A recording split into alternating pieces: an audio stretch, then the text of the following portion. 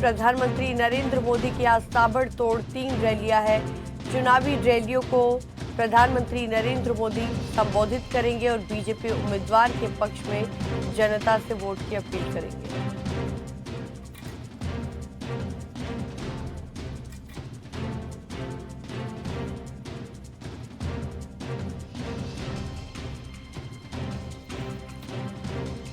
तो पनवेल और मुंबई और आपको बताते चले कि छत्रपति संभाजी में आज प्रधानमंत्री नरेंद्र मोदी की 3 रैलियां हैं और ताबड़तोड़ रैलियां करेंगे आज प्रधानमंत्री नरेंद्र मोदी। महाराष्ट्र में चुनावी रैलियों को संबोधित करेंगे। महाराष्ट्र विधानसभा चुनाव के लिए सभी पार्टियों ने अपना जोर लगाया हुआ है। सभी पार्टियों की तरफ से चुनाव प्रचार किया जा रहा है। इसी कड़ी में भारतीय जनता पार्टी की ओर से खुद प्रधानमंत्री नरेंद्र मोदी आज ताबड़तोड़ चुनावी रैलियां करेंगे।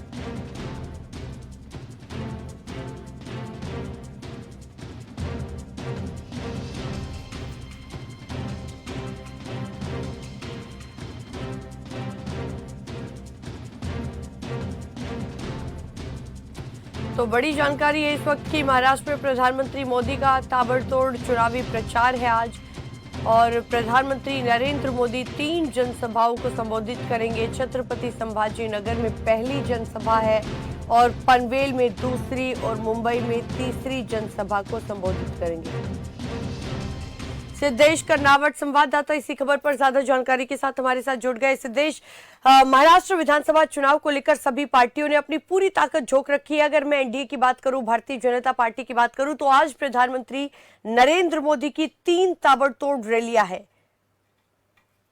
बिल्कुल, आज प्रधानमंत्री आज 14 तारीख है और 18 तारीख तक महाराष्ट्र में आखिरी दिन है, लेकिन प्रधानमंत्री का महाराष्ट्र में इस बार का ये आखिरी दिन है। प्रधानमंत्री आज सुबह संभाजी नगर में है। औरंगाबाद जिसे पहले कहा जाता था, संभाजी नगर में भारतीय जनता पार्टी बहुत बड़े पैमाने पे बहुत पहले से है। उसके बाद वो दोपहर 4 बजे के दरमियान खारघर मतलब मुंबई के उपनगर इलाके में है, पनवेल के साइड में खारघर है और शाम को 6 बजे आज वो मुंबई को संबोधित करेंगे बीकेसी ग्राउंड पे।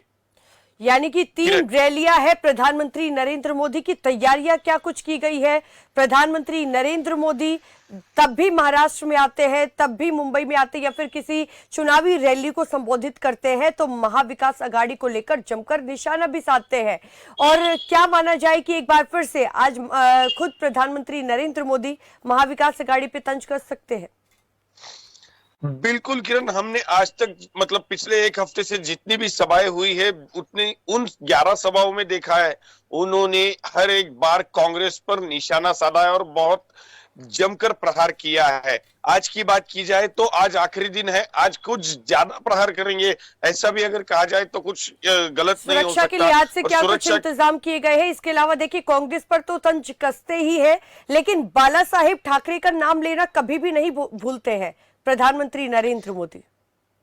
देखिए, बाला साहब की बात करें तो आज तो मुंबई है, बाला साहब का नाम आने के बिल्कुल आना ही आना है क्योंकि बाला साहब और मुंबई एक अलग नाता है।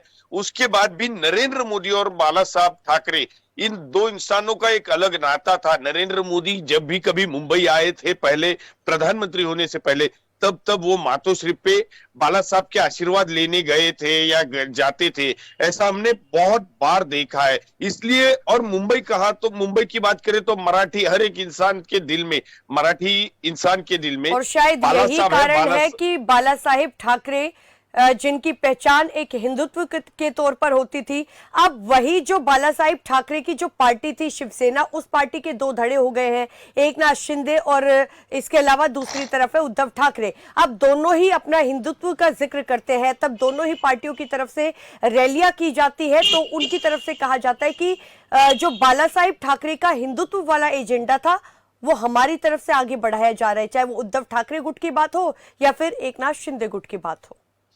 देखिए, 2 दिन पहले की अगर बात की जाए तो इस बार मतलब अगर बात की जाए तो उद्धव ठाकरे कांग्रेस के साथ है। उद्धव ठाकरे कुछ ऐसे विशिष्ट मतों के लिए कोशिश कर रहे हैं जो पहले बाला साहब ने उनकी जिंदगी में कभी नहीं मांगे। और 2 दिन पहले 3 दिन पहले की बात की जाए तो राज ठाकरे ने एक बात उनकी सभा में जाहिर की, बाहर लाई कि हिंदू हृदय सम्राट ये नाम बाला साहब के नाम के आगे से निकाला गया है कुछ जगह पे, वो शिवसेना ने भी निकाला है। और जब मुसलमान समाज के कुछ स्पेशल जगहों पे फ्लेक्स बोर्ड लगते हैं तो वहां पे जनाब बाला साहब किया गया है। राज ठाकरे ने इसी बात पे बहुत लोगों का ध्यान आकर्षित करने की कोशिश की।